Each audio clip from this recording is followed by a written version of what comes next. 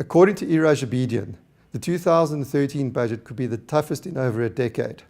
South Africa faces a declining GDP growth rate, falling tax revenues, and increasing government debt, along with associated borrowing costs. Given these conditions, the expenditure side of the budget is likely to be characterized by austerity for now, particularly with regards to social spending, although it is expected that the commitment to infrastructure spending will be maintained.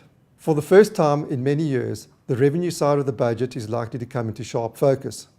I'm fortunate to be joined today by a number of my fellow tax specialists to present our 2013 budget predictions in this regard. I'm sure that you'll find our views both informative and insightful. In the 2012 medium-term budget policy statement, it was projected that revenues for the 2012-2013 fiscal year would be about 5 billion rand less than what was originally predicted in the 2012 budget. This is largely due to expected decreases in corporate tax and personal income tax collections, although offset to a slight extent by expected increases in VAT collections. The reason was because of a slower than expected economic growth, and at the time it was warned that if there was further slowdowns or continued strife in the mining industry, further predictions of decreased revenues would be likely. Given what has happened since that time, it is expected that there will be further reductions in projected tax collections for the 2012-2013 fiscal year. South Africa has a relatively low VAT rate by global standards. The trend is globally to raise VAT rates to make up the various national fiscal deficits which governments around the world are experiencing. It's estimated that an increase of 1% in the VAT rate would generate a 16 billion rand additional tax take. That said, we don't predict any change in the VAT rate in South Africa. The main reason being the perception that it is a regressive tax and also that it's a politically and socially unacceptable way of raising taxes at this time. Given the projected declines in tax revenues for the current fiscal year and the likely expected reductions in tax collections in the next year or two, there may well be pressure to increase taxes to make up those shortfalls.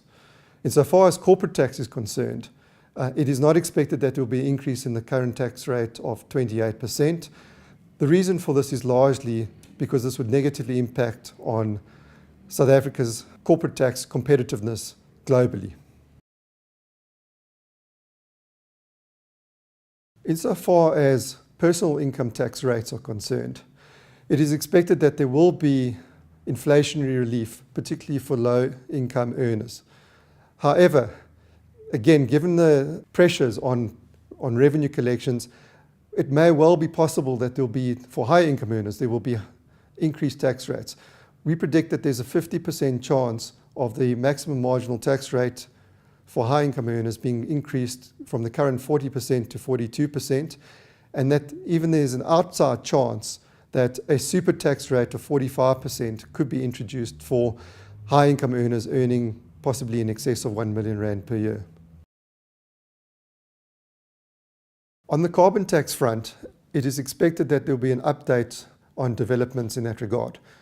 In the 2012 budget, it was announced that the carbon tax would be introduced in the 2013-14 fiscal year at a rate of 120 rand per tonne for emissions in excess of certain tax-free thresholds.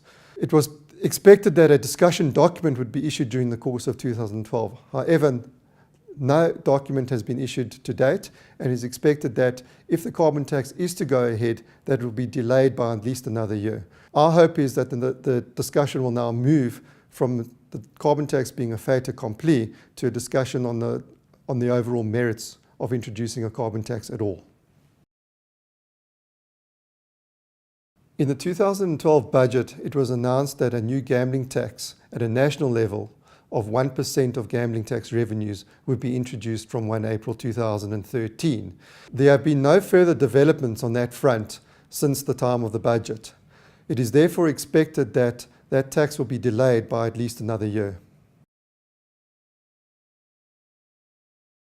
In terms of excise, we expect the normal inflationary increases in terms of wine and tobacco. In terms of beers and spirits, however, in line with the 2012 budget announcements, the expectation is the increase in excise will be higher than inflation, potentially between 10 and 20%. There's also room for including more luxury items in the ad valorem excise net. Again, a soft target here for National Treasury, but quite likely that some change will be happening in that space.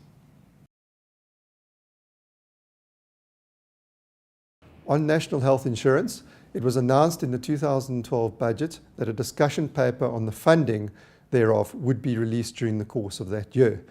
However, no discussion paper has yet been released, and our understanding is now that that discussion paper will be released during the course of this year. It is not expected that there will be any significant announcements on the funding of the NHR ahead of the release of that discussion paper. We're expecting some changes to the tax treatment of contributions to pension and provident funds. First of all contributions, be they employee or employer contributions, will be treated as income against a commensurate deduction. However, there is likely to be a cap on those allowable deductions, ranging from 250,000 to 300,000 Rand, depending on the age of the employee. This is going to have significant impact on employees' tax planning, and also quite an impact on the way administrators manage these funds, as they're going to have to segment the total contributions which have been pre-tax and post-tax in terms of the administration systems. In terms of taxation of share plans, this includes executive incentive share plans as well as the employee share ownership plans. We're not expecting any immediate changes, although we are aware of some concerns of some structures which are viewed to abuse the current legislation. Specifically, structures which artificially strip value out of an instrument in the form of dividends and leave behind no or negligible capital value. This means that the dividends, which are generally taxed at 15%, are taxed preferentially to the capital which ultimately vest, which is taxed at 40%. So clearly an ordinary dividend yield, an income type of dividend yield, is generally viewed as acceptable, but an artificial stripping of value is not viewed as ethical tax practice. So we're expecting some challenge and legislation against that form of instrument in the future. With the introduction of the Company Law Act, we do anticipate that Treasury would try to simplify and align the corporate restructuring rules with that of the Companies Act. And so we do anticipate that there would be some introduction or announcements with regard to the simplification of the corporate restructuring provisions in the Income Tax Act. It's expected that South Africa's position as an investment gateway into Africa will be reaffirmed. Prior year exemptions or incentives, like for example the South African headquarter company regime, is expected to be tweaked or refined, with perhaps further investments incentives also introduced. We do not anticipate any significant announcements with regard to the reworking of the mining tax regime. However, there is a possibility that National Treasury may issue an instruction to review the legislation, and if such an instruction has been issued, we do anticipate that it's going to be approached with a certain degree of caution. On hybrid debt equity instruments, as well as debt limitation, we expect the reintroduction of these rules. In 2012, these rules were announced, draft legislation were published. However, this legislation never made it into final law. New rules are expected, with legislation to be followed later in the year.